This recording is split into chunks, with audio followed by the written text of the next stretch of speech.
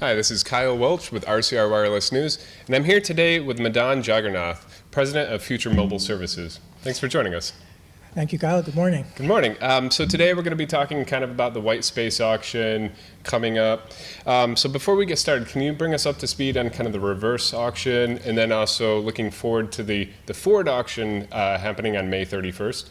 Yeah, so on the reverse auction, the FCC worked with the broadcasters that own the spectrum, that were given the spectrum a long time ago, to get them to commit to releasing spectrum that could be auctioned to others for broadband services. So the FCC did a very good job of getting 126 megahertz of spectrum cleared up so that they could get to the maximum that they wanted to do, which is 10 blocks of 10 megahertz, 5 plus 5 megahertz, that will be auctioned in a forward auction starting on May 31st. It's 126 megahertz of spectrum that they cleared. 100 megahertz is being auctioned. The rest of it is being used for duplex spacing and guard banding. Right?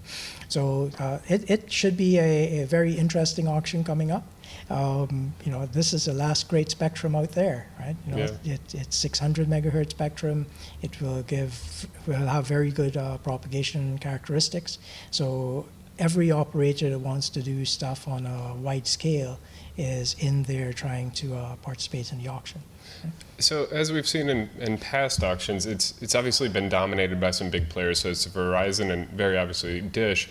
How can some of the smaller service providers compete in these auctions? So what happens with stuff like this is the FCC is trying to get, and the federal government is trying to get as much money as they can out of the auction. So the pricing for this stuff is very expensive, especially in the dense urban markets. When you look at this auction, they have set minimum opening bids for each of the markets based on the number of the population in the particular market, and it's all the same size blocks now. So the minimum opening bids are anywhere from $5,000 to over $1 million, maybe more than that.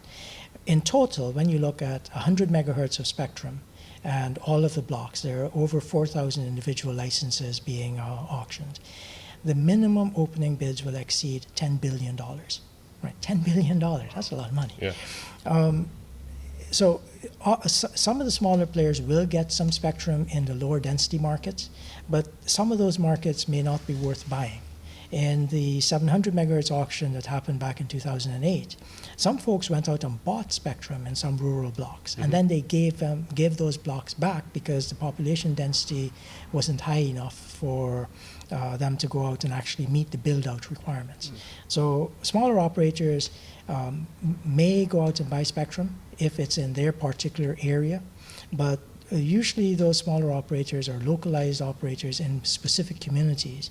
So somebody who's operating in Texas is not going to go buy something in Nebraska, right? So it's if a big player comes in and wants that particular spectrum for some reason, the small operator may be hurt in that particular market. And obviously one of the big parts of this auction is TV white space. Can you talk a little bit about TV white space and how that's been used in the past? So the good news in all of this is that the FCC has also allocated spectrum below the 600 megahertz blocks that they're auctioning for unlicensed use. So if a TV station is not broadcasting in a particular market, that spectrum can be used by someone who wants to do broadband.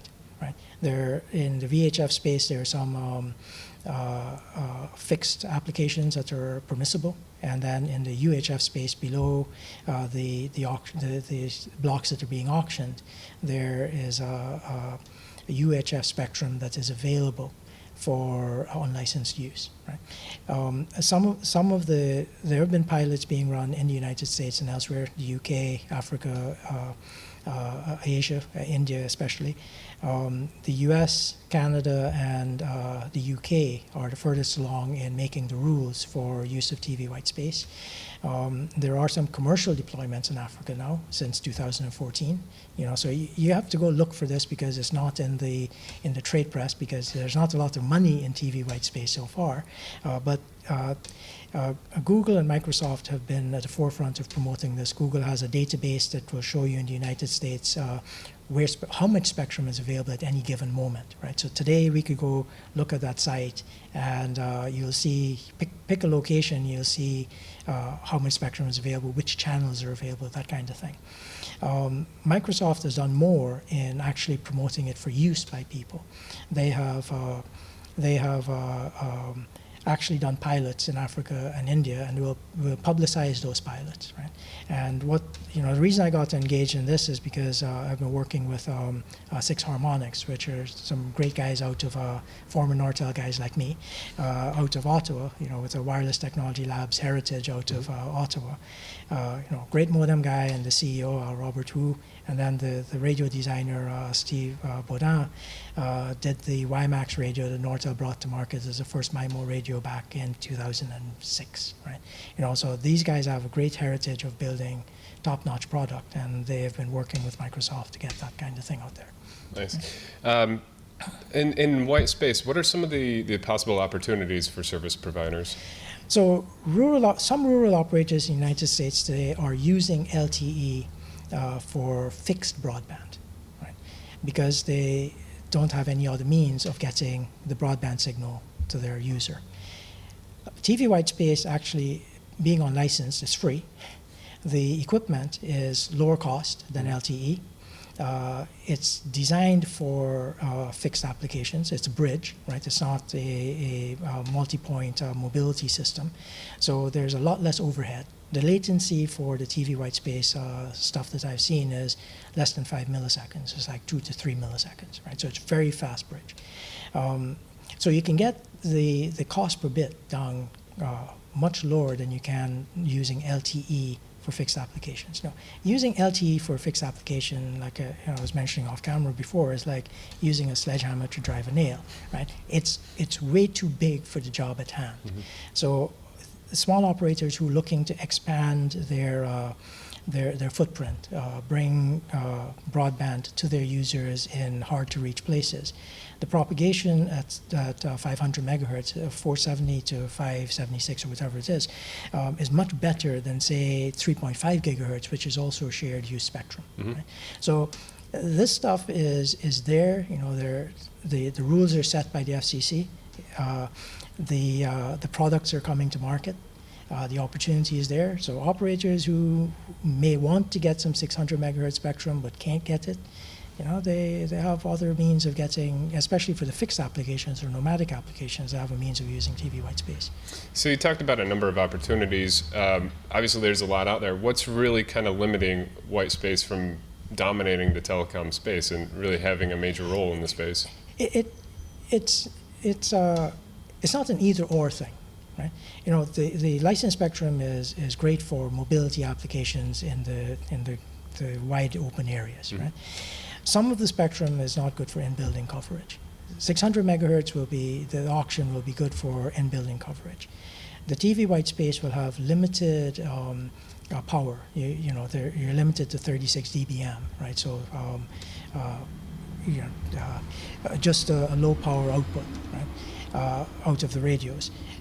So you will be able to get good coverage, but you won't be able to blast it into very wide area coverage like you could with a high-powered mobility system. Will it dominate? No, it'll be more like a complementary to some of the other things that are out there today. Licensed spectrum is not going to go away. Mobility systems will be there, but there has been a lot of congestion in Wi-Fi in 2.4. So 5.8 gigahertz became more Wi-Fi spectrum. This is probably more suitable for rural deployments because it's where TV stations are not broadcasting. In dense urban areas or in most metropolitan areas, all of the channels are being used. So you couldn't do something like this in New York City. Okay. But you certainly could do it in major parts of Texas where there are small communities that today have challenges in getting broadband. And the WISPs that are out there offering broadband service using Wi-Fi can also benefit from using TV white space because it falls into the category of services that they would provide to individuals and small businesses. And it will be either a connection to an enterprise that they then run into a LAN or to Wi-Fi, or connections to a home that you run into Wi-Fi or something like that. The end user devices, because of the ecosystem that's already there with Wi-Fi, Wi-Fi is the preferred connection for the last 100 feet. This is one more opportunity to connect efficiently for the last mile. Great. Thank you for joining us. Our guest today in our studio was Madan Jagernauth, President of Future Mobile Services. Thank you. Thanks, Kyle.